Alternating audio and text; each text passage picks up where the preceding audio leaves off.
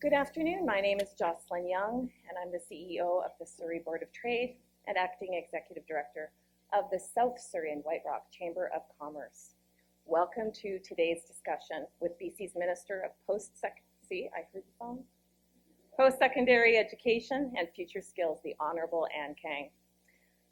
I would like to begin by acknowledging that we are on the traditional territory of the Coast Salish people, specifically the Kwantlen, Katsi, Coquitlam, Kakite, Semiahmoo, and Tsawwassen First Nations. As well, I acknowledge the Inuit and Métis Nations peoples who live and work on these territories. Events like this are not possible without our generous sponsors, so please help me thank them. I'll go through the list and then we'll give them a huge round of applause. Our co-presenting sponsors, Kwantlen Polytechnic University and Western Community College. Our supporting sponsors, Invest Vancouver and University Canada West. Our community sponsor, the Civic Hotel Autograph Collection. And our progress partners, the Chambers of Commerce Group Insurance Plan by SNF Group Benefits, Focus College, and again, Western Community College. Thank you.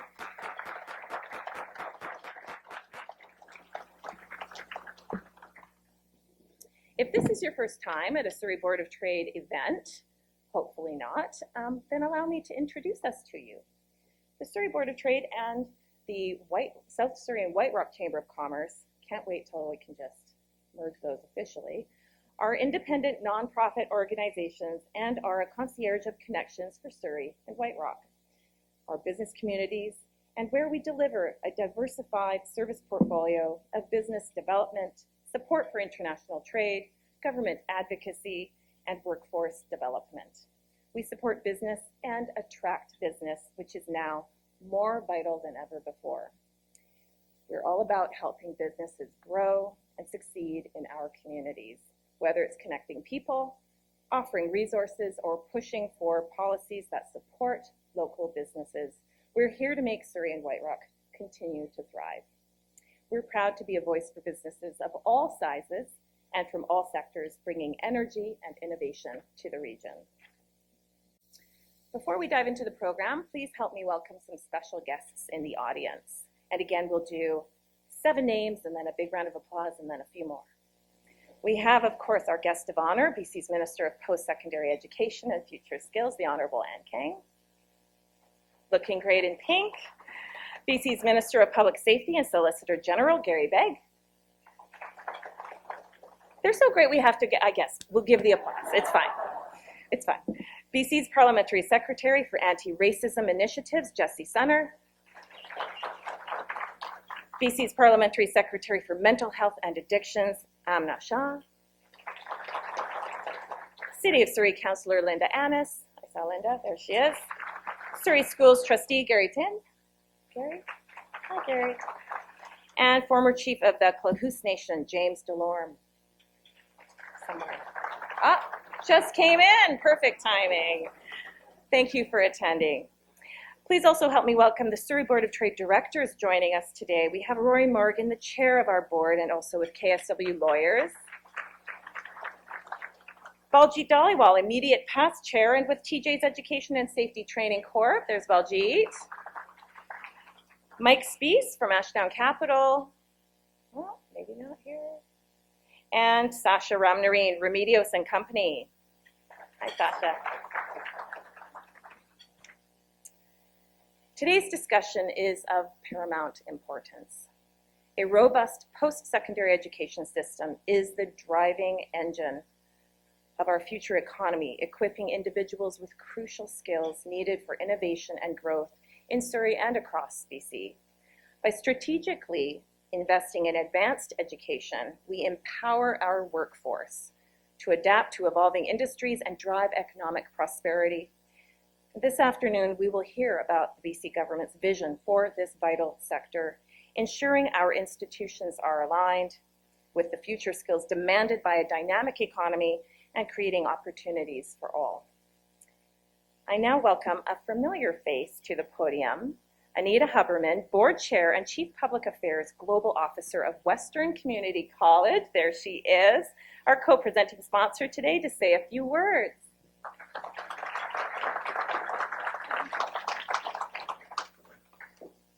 Thank you so much. So, ladies and gentlemen, our new Prime Minister recently said that we need to be bold, we need to be ambitious, we need to be courageous in the face of the new socioeconomic environment that we are living in. And Western Community College, a private educational post-secondary institution led by the vision of Gurpal Dhaliwal, is bold, is ambitious, is courageous. We have 8 campuses in British Columbia. We are moving into the 4th tower with our exciting brand new campus in Surrey's Health and Technology District. We have a brand new luxury hotel that's going to be built above us, providing that experiential student learning for our hospitality management program. And we are building, soon to be breaking ground, on Surrey's first student housing tower, close to 800 beds, Tower 5 in Surrey's Health and Technology District. Ladies and gentlemen, it is all happening at Western Community College. And I wanted to say we are also committed to providing economic action around Indigenous reconciliation. We are very pleased to have the CEO of the BC Indigenous Infrastructure Fund and the former chief of the Clahous Nation on our external advisory board, providing us guidance on how to move forward to ensure that we are providing that Indigenous reconciliation in action. Ladies and gentlemen, a little bit more about Western Community College. Please turn your attention to the screen. At Western Community College, opportunity begins with access.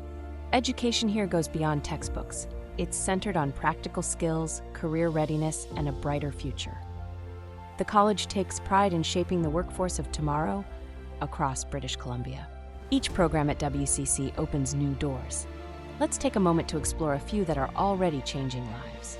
Here at Western, our ECE program is extremely important to us. Students really get an opportunity to build meaningful connections with others, and they really are able to bring their experiences to the classroom, especially when they are doing in-class learning, such as for work, presentations, and the hands-on activities as well. As Canada's population is aging, HCAs are high in demand. Healthcare Assistant Program at WCC provides comprehensive learning instructions which combines of classroom training along with hands-on training. It also includes lab and 270 hours of practicum, which includes long-term care and assisted living.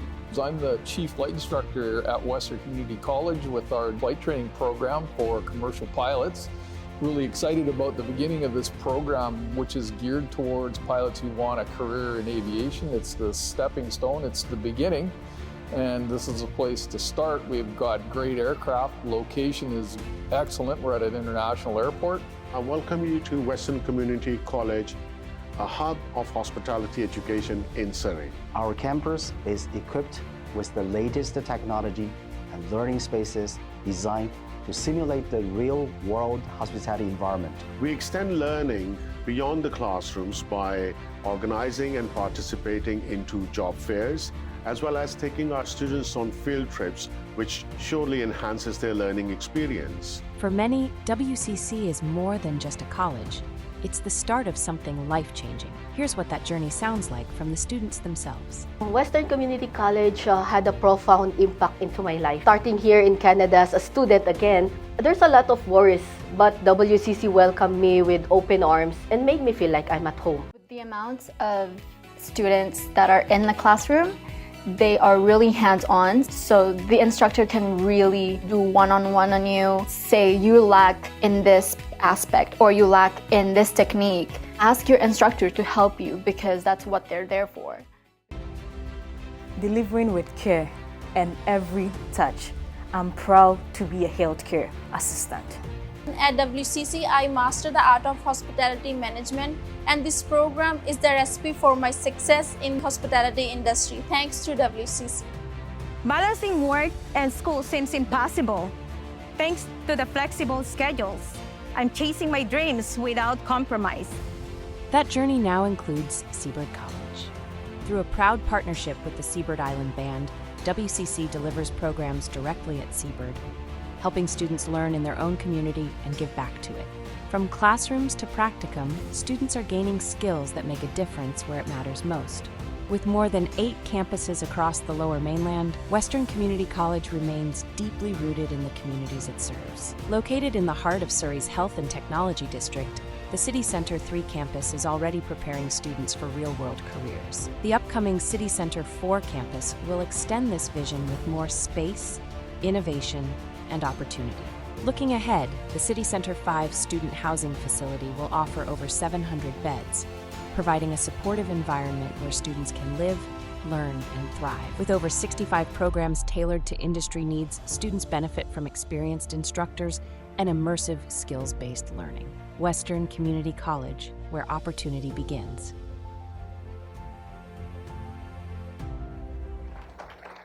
So everyone, education drives economic development and creating that opportunity economy. We are so pleased. Please give a great Surrey welcome to British Columbia's Minister of Post-Secondary Education and Future Skills, Anne Kang.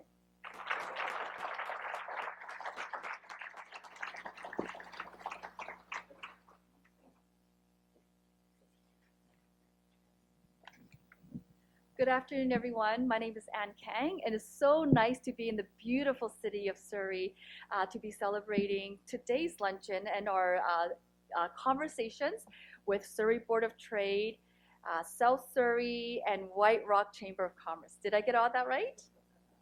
Oh, awesome. So thank you so much, Anita, for this introduction.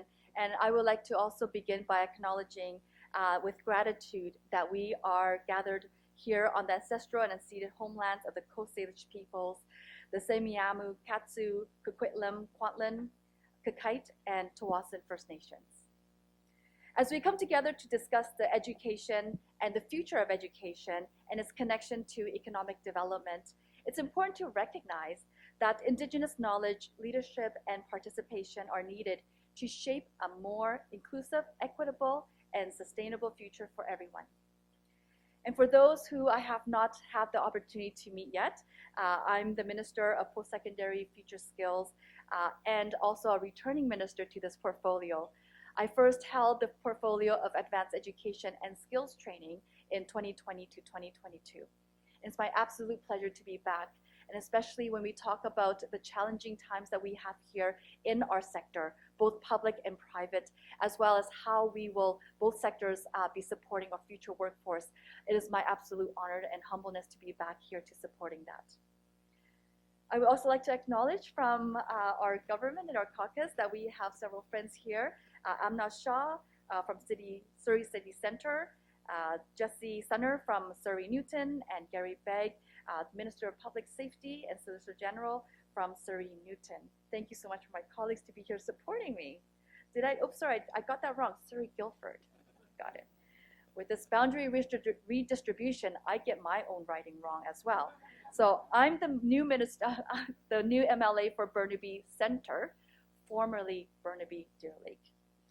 And so on behalf of our Premier, David Eby, and Government of British Columbia, I want to extend a big thank you to Jocelyn and the Surrey Board of Trade for inviting me to sit down and discuss the vital role of education and skills training and how this plays a very important role in our economic priorities. And I do see around the room here that we have so many public post-secondary institutions, I won't name you all, and private institutions as well. There is an ecosystem for every one of us, and it's so vital that we continue to support education for our future workers. I'm also very excited to tell you how my ministry is supporting this work to build a thriving community all across British Columbia and today into the future. Since returning as Minister for Post-Secondary Education and Future Skills, I've had the opportunity to visit many post-secondary institutions and organizations that support workforce development, education, and skills training. I'm also very grateful for the recent opportunities I've had to connect with trainers, to connect with employers and employees, and with industry leaders from all around the province. With that said, I can't think of a better place to have this conversation than in Surrey. Surrey is one of the fastest growing municipalities in British Columbia, and I know that for a fact of how beautiful and vibrant it is because I was the previous Minister for Municipal Affairs and Libraries and Immigration. We know that Surrey has the young, diverse, and growing workforce that businesses and our province need for the growth and long-term resilience, especially for sectors like healthcare, tech, construction, and manufacturing. As well, we are all aware a rapidly growing community means increased pressures to train as many skilled professionals as possible over the coming years so that we can confidently stand on our own 2 feet. When we invest in skills training, when we invest in our future workers, we invest in a prosperous future for everyone. And I know here, everyone are champions of education as the engineer of economic development. Surrey is well positioned to grow talent and innovation here at home. And you have strong partners in our public institutions like SFU, KPU, Langara. Okay, my notes here do not include all of you that I met here, but Langara is here, KPU is here, VCC is here, WCC is here. Is University Canada West here as well? Yes. So many of you are here, and my apologies for not recognizing all of you here. But I've had many conversations with all of you, both publics and privates, since coming back to this file 7 months ago. And I'm so proud to see a united education sector that is narrowed in on economic prosperity and sees the value of collaboration in achieving our mutual goals for the future, for our children and for our future workers. Premier David Eby provided an ambitious mandate to all ministers, and I am eager to work together with all partners to ensure that BC's needs are met. This means taking new approaches to challenges that must include broad collaboration between community leaders and members, post-secondary institutions, businesses, unions, tradespeople, First Nations and Métis peoples, newcomers, and organizations large and small. Ensuring the labor force in our province is skilled and robust enough to meet the needs of employers in the province is essential to continue to grow our economy. Post-secondary education is a critical role in these efforts by equipping people with the skills needed for high-demand sectors and providing entrepreneurs with accessible and business-relevant training. A rapid advance of AI, automation, and clean technology was already going to be disruptive, requiring more training for the existing workforce, as well as increased uptake of innovation and technology. These advances combined with an aging workforce that will need to adjust to an increase in retirement means BC employers need to be ready to work collaboratively to train, plan, and innovate when it comes to their workforce. We now also face the added challenges of tariffs, disruption to trading relationship, and lower immigration. The government has taken steps to prepare British Columbians for jobs of the future. We have made education more accessible, more affordable, and more responsive, and that's thanks to a post-secondary sector. Together with industry, with employers, we need to collaborate to ensure the systems in place can respond appropriately with changing conditions. Our workforce is one of the 4 fundamental factors of production alongside land, capital, and entrepreneurship. Workforce development, though, is not just part of our economic strategy. It is a social imperative. It is about creating new opportunities for people to gain the skills they need to find meaningful work through their lives. With over 75% of future skill openings requiring some type of post-secondary credential, BC's post-secondary education system is the main avenue for developing the labor force needed to power innovation. So, what is BC government doing to support innovation? We have funded thousands of new tech-relevant post-secondary spaces for BC students, supporting digital industries and tech entrepreneurship by preparing students for roles in software, cybersecurity, clean tech, and life sciences. We have also expanded merit-based graduate scholarships and internships in STEM and other innovation-critical disciplines, and they are being used to cultivate the next generation of researchers and entrepreneur leaderships. They are also helping BC businesses innovate and compete globally. We are also supporting work-integrated learning opportunities, including co-ops, practicums, and internships. We are also helping connect students with startups, social enterprises, and innovation-driven employers early in their careers. As well, we are supporting the development of micro-credentials and delivering the Future Skills Grant of up to $3,500 for each individual to help British Columbians reskill rapidly for emerging sectors like mass timber, clean energy, digital services, while also lowering barriers for career growth opportunities and reducing training time for high opportunity fields like mining and the many occupational opportunities in health services.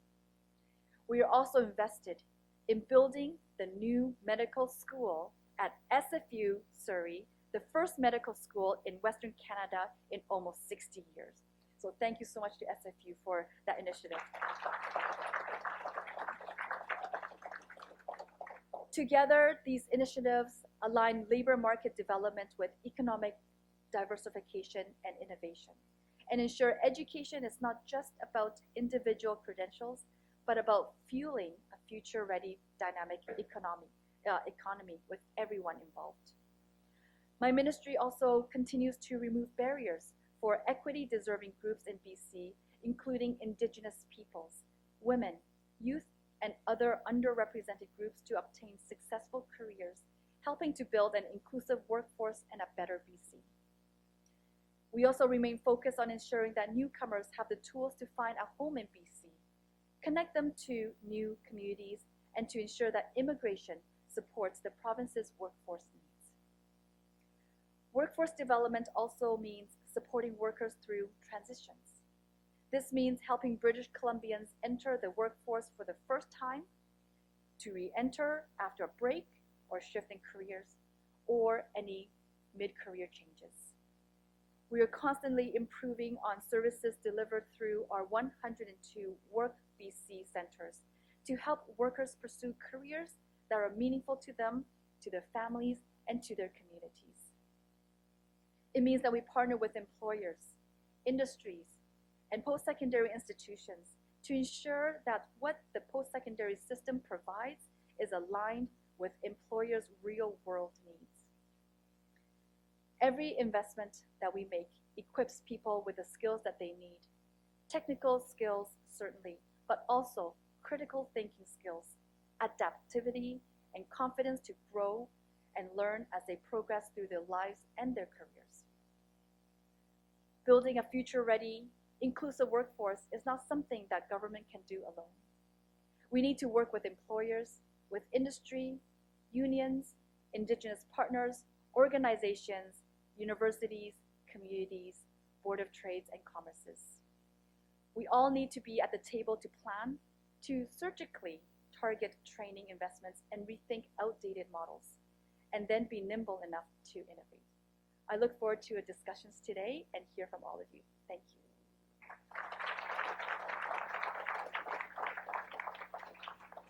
Thank you, Minister Kang. Please have a seat. We're going to get into some questions now, and I will join you. But just so the audience knows, you are invited to ask questions. And if you have a question, which I know you do, please introduce yourself, the organization that you're with, and of course, keep your question brief and respectful. Okay, the microphone's coming.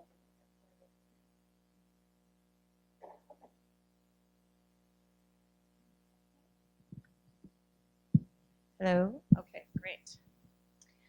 So, Minister Kang, thank you so much for being here. You've got a really interested audience, And before we get into some tougher questions, I just found myself curious on my drive here, wondering what it is that, what's your origin story? How did you get into politics and how did you end up in this ministry? And at the end of the day, when you leave this ministry, what will be success in your mind? That's a really great question. Thank you so much, Jocelyn.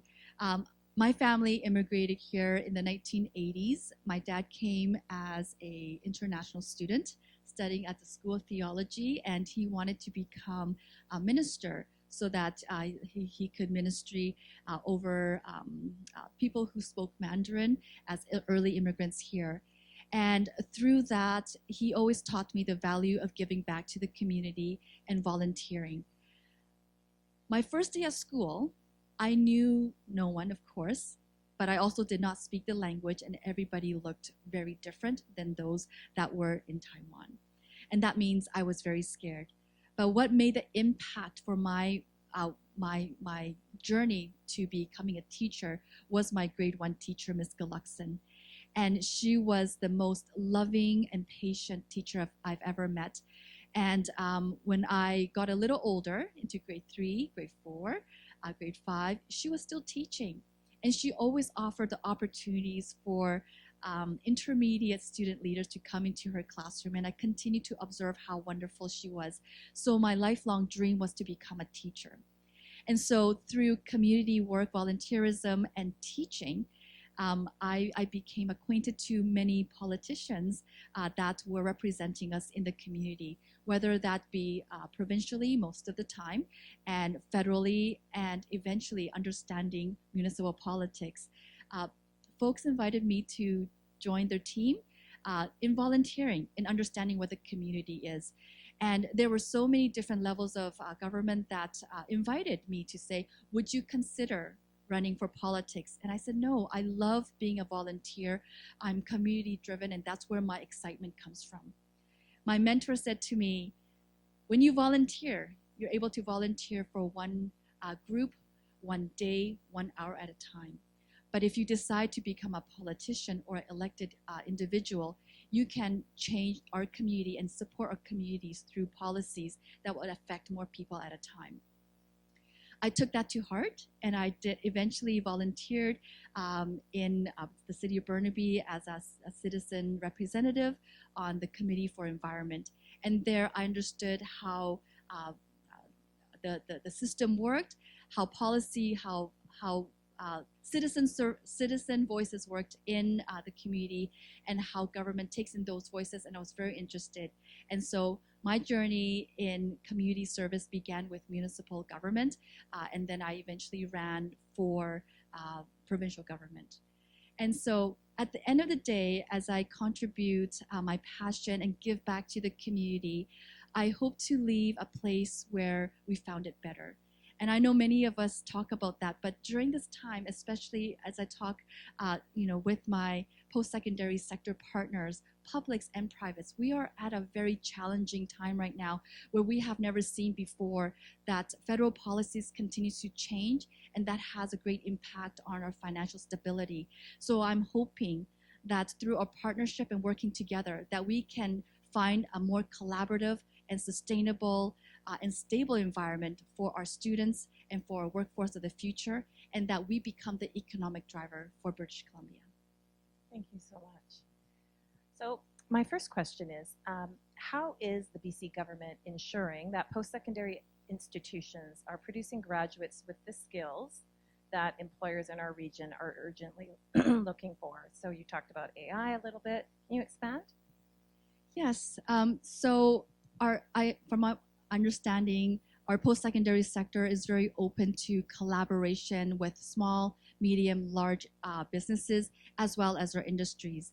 And we want to make sure that as we are providing programs for our province, that they are relevant and that they are up to date. And so we really encourage that partnership to be there. As well, being able to be accessible so that students are able to pursue their dreams, whether that's financially through student aid, whether that is being able to study despite circumstances of not being able to live close by, so building student housing and student aid as well, so that they can financially be supported. Student success is really important. We want to make sure that as students enter into our post-secondary sector, that they are able to pursue their passion and dreams and come out at the end with a career of their choice. Thank you so much. With the ongoing labor market shifts, many workers need to upskill, reskill, because things are changing so quickly. So can you tell us more about how the ministry is supporting the expansion of the micro-credentials and the flexible learning pathways out there, and to help businesses retain and grow their workforce? Thank you. The future workforce is very important, and for everyone to be up to date and being competitive with their skills is also very important. Last year, Minister Robinson came out with a Future Ready Action Plan. And this plan was previously begun by myself, which we worked in collaboration with all of the ministries to identify the skill gaps that are of right now into the future, the next 10 years of the future. And with this Future Ready Action Plan, we also consulted with industry as well with post-secondary sector. Through the action plan, we identified several things that we are able to do to help students and workforces be successful, such as the Future Ready Skills Grant, that mature adults or those who are in the profession already can continue to pursue education, not just a 4-year degree or a master degree or doctorate degree, but a short-term degree and work-integrated learning program, but as well micro-credentials. And so this is really important. I know many of the institutions here are offering micro-credentials, and these micro-credentials are courses that are collaborated as we look to the labor market outlook, what is needed. As well, we look to what the economy is needing, and then what the industries are needing. So I know that we have colleges and institutes that have regional mandates. They can collaborate and consult with regionally what their labor force needs are and come up with those micro-credentials. Micro-credentials aren't just one-time created courses, but they continue to evolve with the needs of our community. So take, for example, BCIT and Wood.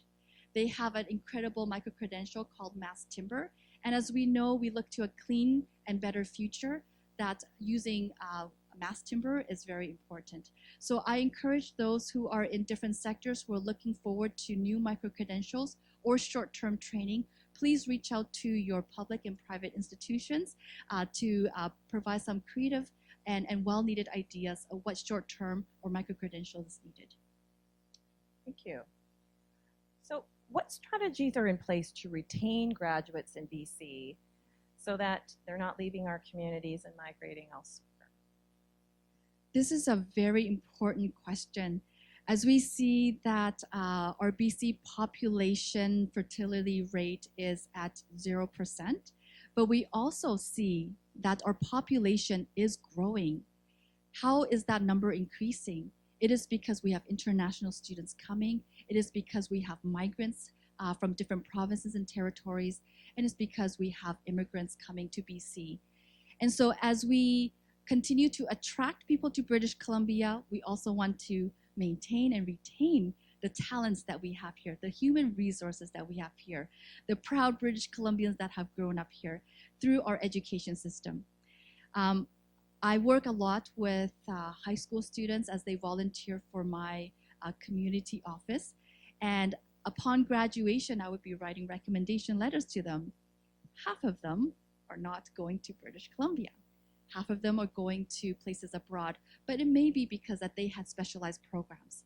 But what is British Columbians doing to retain the brightest and the best talents here, including having high quality education here?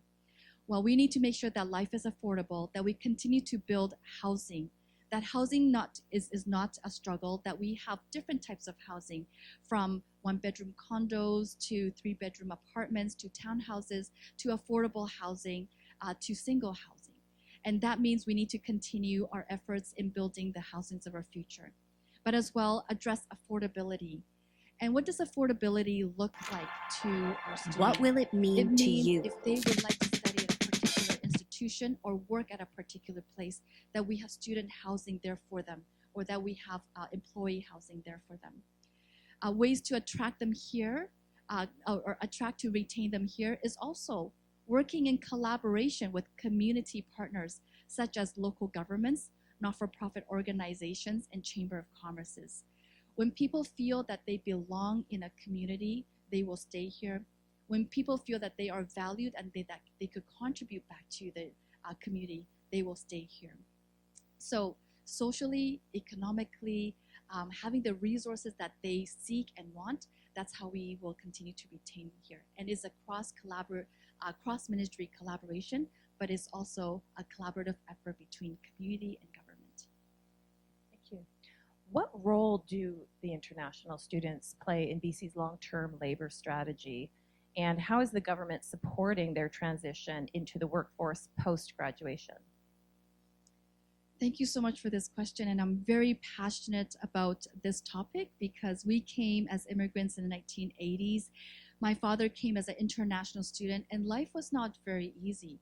And so as I reflect on the supports that we were hoping to get and that we got, that I know new immigrants and international students come to BC, and we need to be providing that support for them as well. Our province recognizes the number of immigrants that were coming to British Columbia prior to the pandemic and even after the pandemic. And that is why we increased our immigration and settlement service support from $4 million to $24 million. And so when international students are enrolled in our post-secondary institutions as adults, they can also be part of the services that we offer here. And these services include how to find a job, understanding their workers' rights here, conflict resolution and advocacy work, many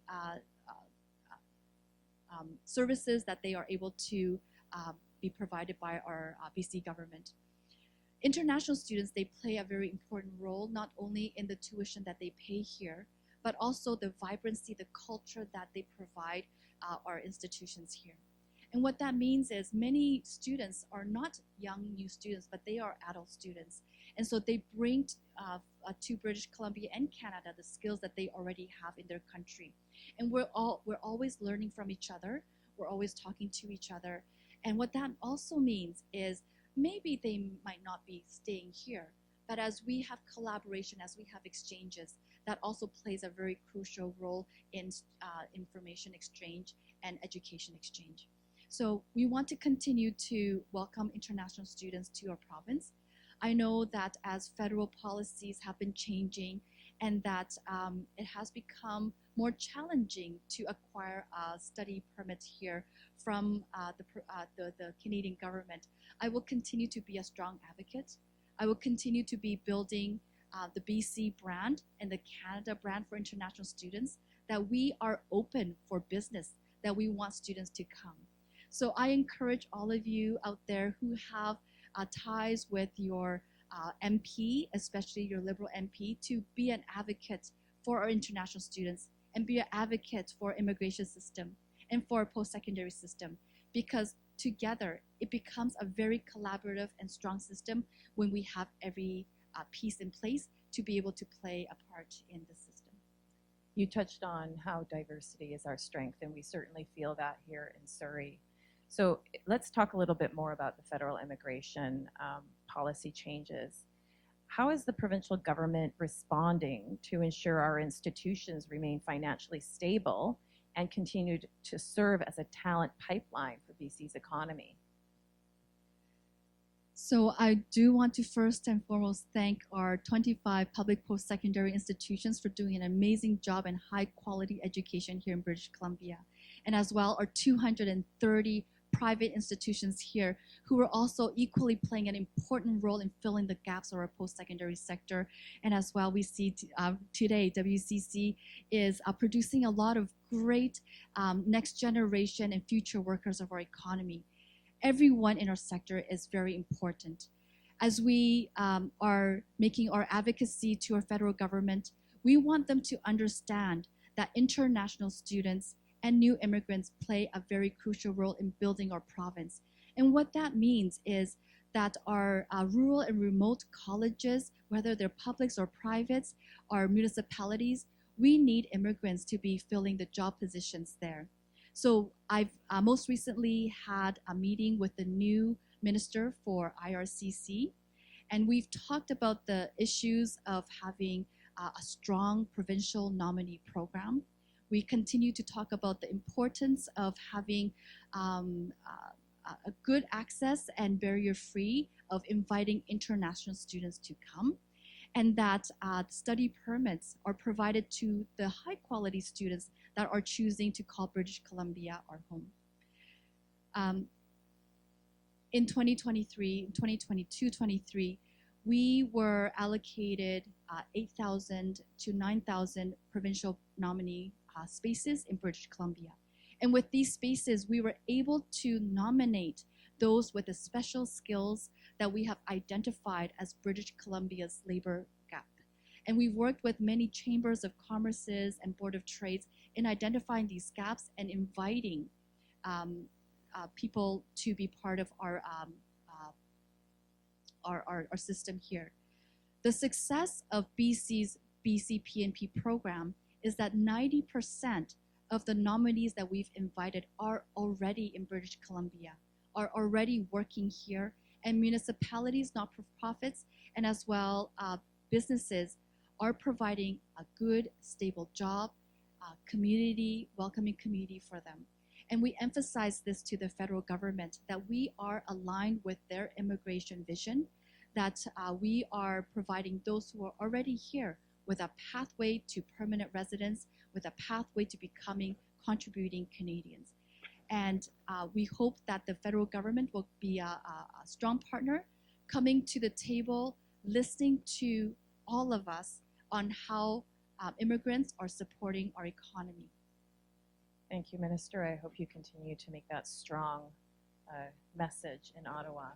We have a brave person at the mic. Please introduce yourself. Sure. Brent Calvert with FBSC.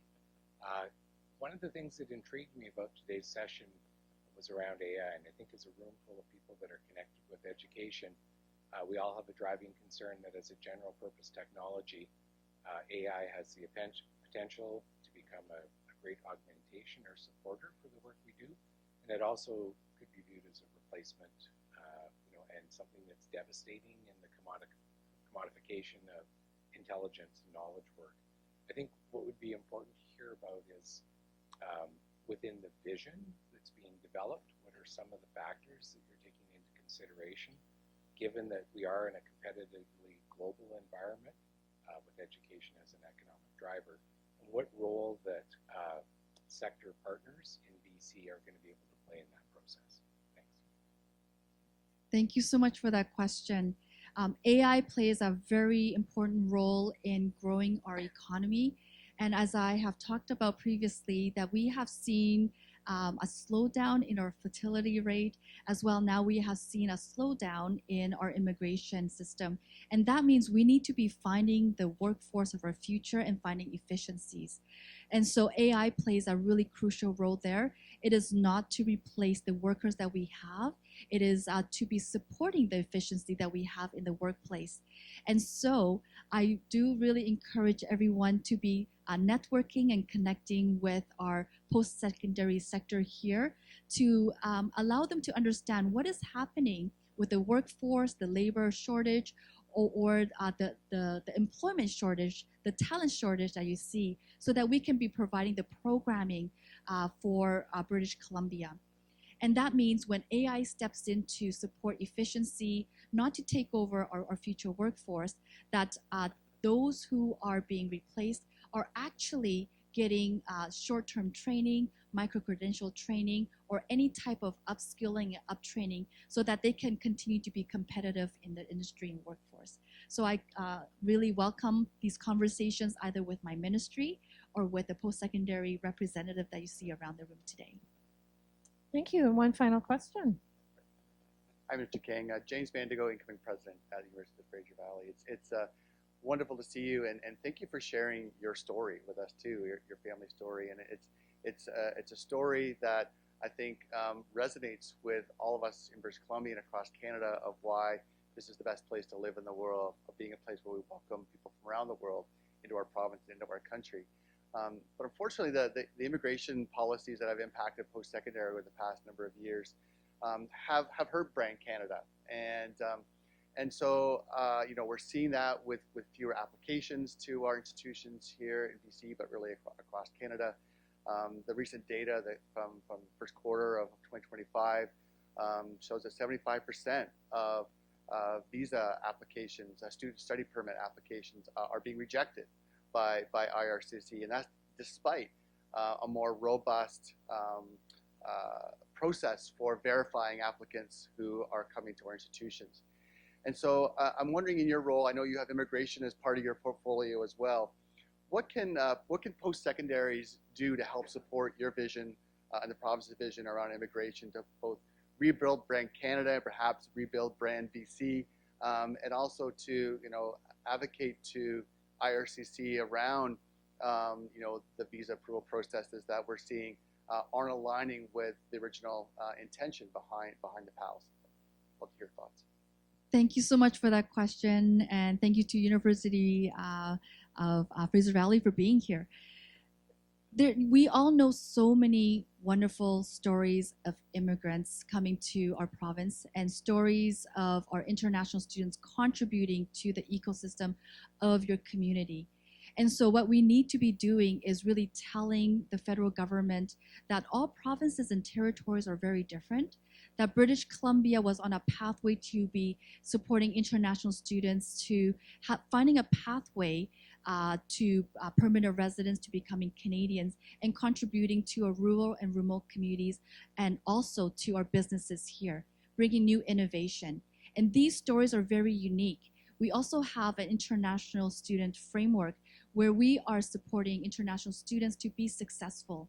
And what that means is protecting international students from bad actors who are not supporting them throughout their entire journey, or those who are unable to provide them a high quality of education.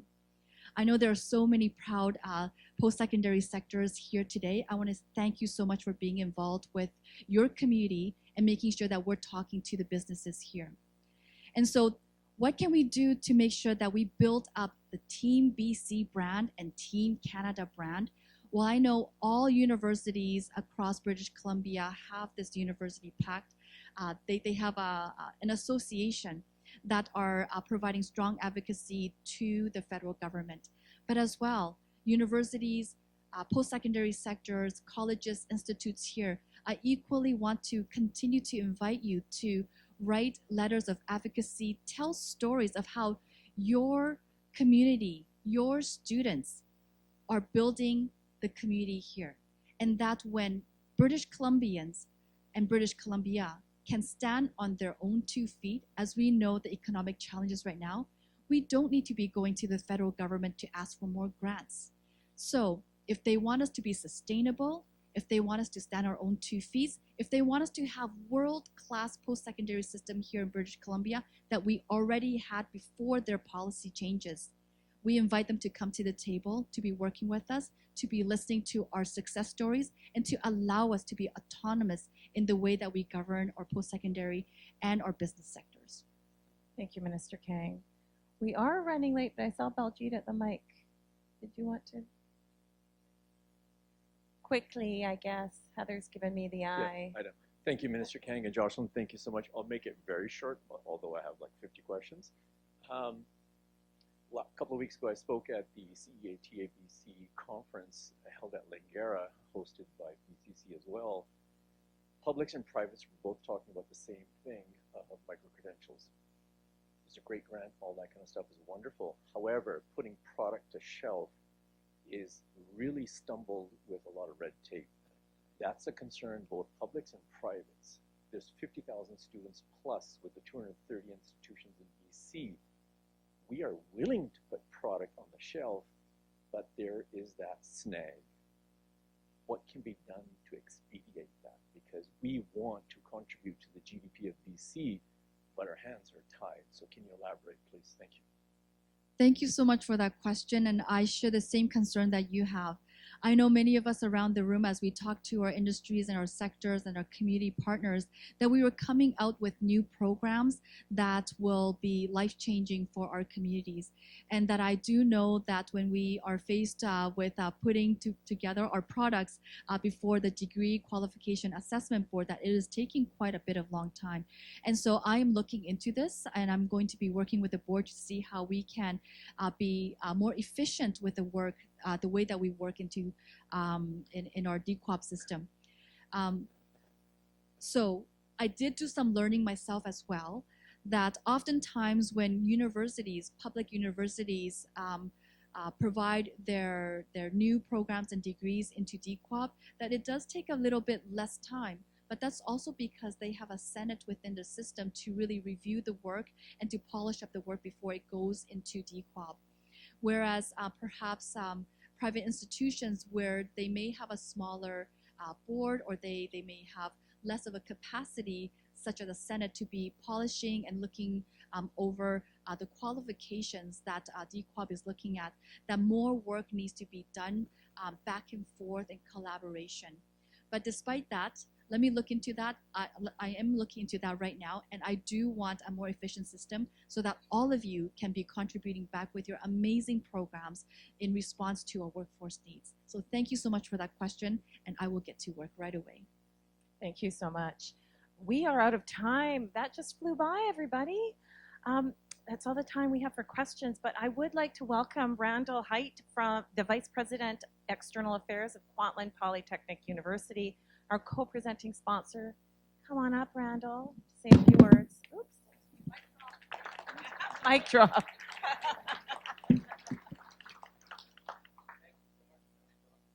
One's on. Oh, yeah, there we go. Thank you so much, an actual mic drop. And thank you so much, Minister, for coming here today. We greatly appreciate it. And we're so grateful for all of the help that you helped us with. This September, Kwantlen Polytechnic University will have the first traditional Chinese medicine degree in North America. And we're so excited for all of the help that you gave us with that, Minister. I remember touring you around North Island College, I think, when you first became Minister, and then around KPU several times. And we're so grateful for all the time here that you spend with us, and very grateful to Minister Begg and all the work that he does, and MLAs Shaw and Sunner. Thank you so much for the work that you do. We do have a housing project of our own before government. We would really appreciate any support that you could give us there as well. It would be greatly appreciated.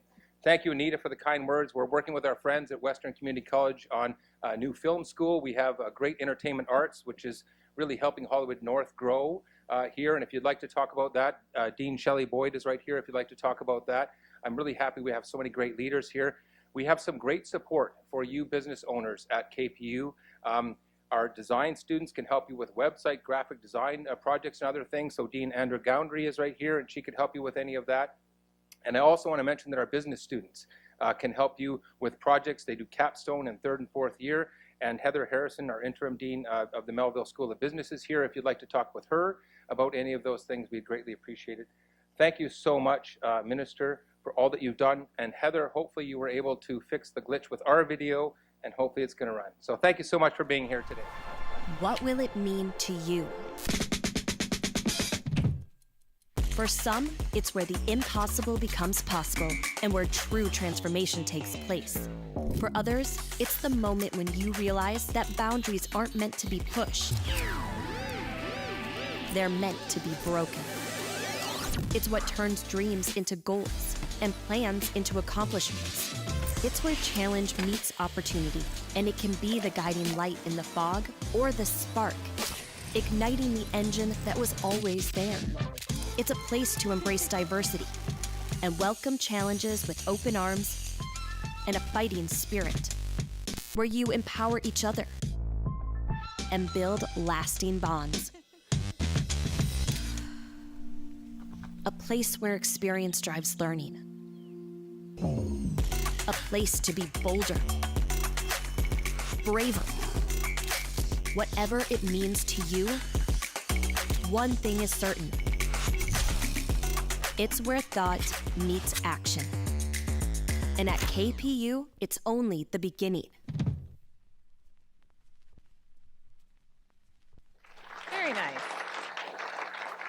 Thank you, Randall. I think this is on. Thank you, Randall. And thank you once again to our sponsors, the co-presenting sponsors, Kwantlen Polytechnic University and Western Community College, our supporting sponsors, Invest Vancouver and University Canada West, our community sponsor, the Civic Hotel Autograph Collection, our progress partners, the Chambers of Commerce Group Insurance Plan by SNF Group Benefits, Focus College, and again, Western Community College. These sponsors make important events like this possible, so let's give them a round of applause. And as always, my hat goes off to my incredible team who make this all look seamless. Thank you, team. Yes. Although I'll get in trouble later for taking too long. I was asked, do you have a watch? I do. I'm 5 minutes late. And thank you to you, our audience, for being engaged, having great questions, and of course, when you are engaged, that makes our community grow, thrive, and do better. So thank you for being here. Before you leave, I want to take this opportunity to remind you of a few upcoming events hosted by the Surrey Board of Trade and the South Surrey and White Rock Chamber of Commerce. On June 5th is our Fun in the Sun golf tournament, and June 6th is the Game Changer Business Series, funding applications for businesses and not-for-profits, a little how-to. We have our new members induction on the 11th, and of course the White Rock Mayor's State of the City address, Mayor Megan Knight. I hope to see you there. And June 18th is our AGM and networking night. Check out our website at businessinsurrey.com for more information, and make it a great business day, everyone. Thank you so much.